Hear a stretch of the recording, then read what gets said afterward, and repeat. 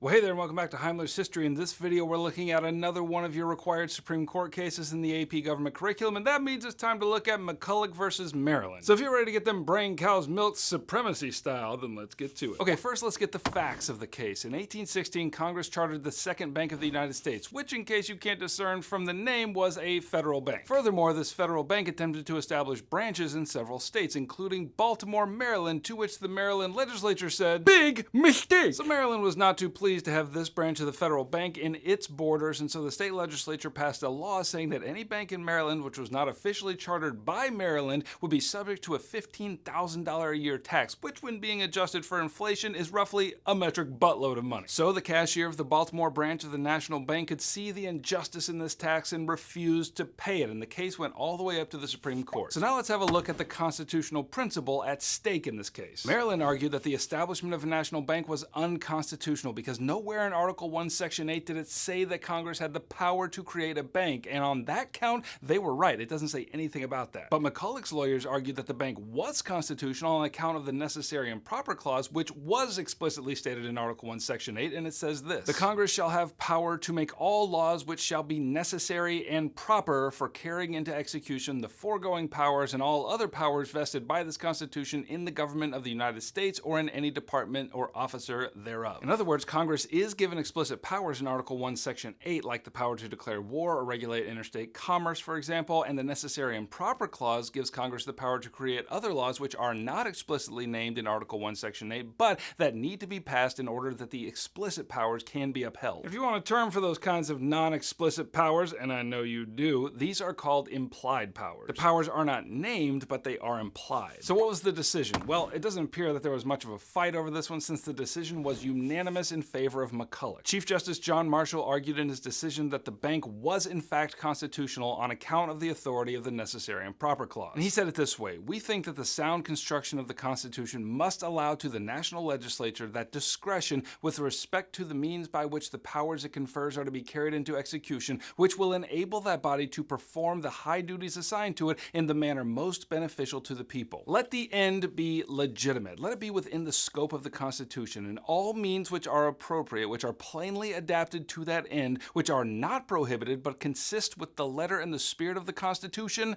are constitutional." In other words, if a power is not prohibited by the Constitution and the law in question upholds the spirit of the Constitution, then it stands. Furthermore, this case established the supremacy of national laws over against state laws. And listen to how Marshall says it: "The powers granted to Congress are not given by the people of a single state. They are given by the people of the United States to a government whose laws made in pursuance of the Constitution are declared to be supreme. Consequently, the people of a single state cannot confer sovereignty which will extend over them." In other words, whenever a state law is in conflict with a federal law wins. So why does this decision matter? Well, it matters mostly because of what it demonstrated about federalism, the balance of power between the federal government and the states. Remember that in the United States versus Lopez, the court tipped the balance in favor of the states. In this case, the balance is decidedly tipped in favor of the federal government. And ever since this decision was handed down, McCulloch versus Maryland has been a precedent to which later courts would return when deciding on the balance of power between states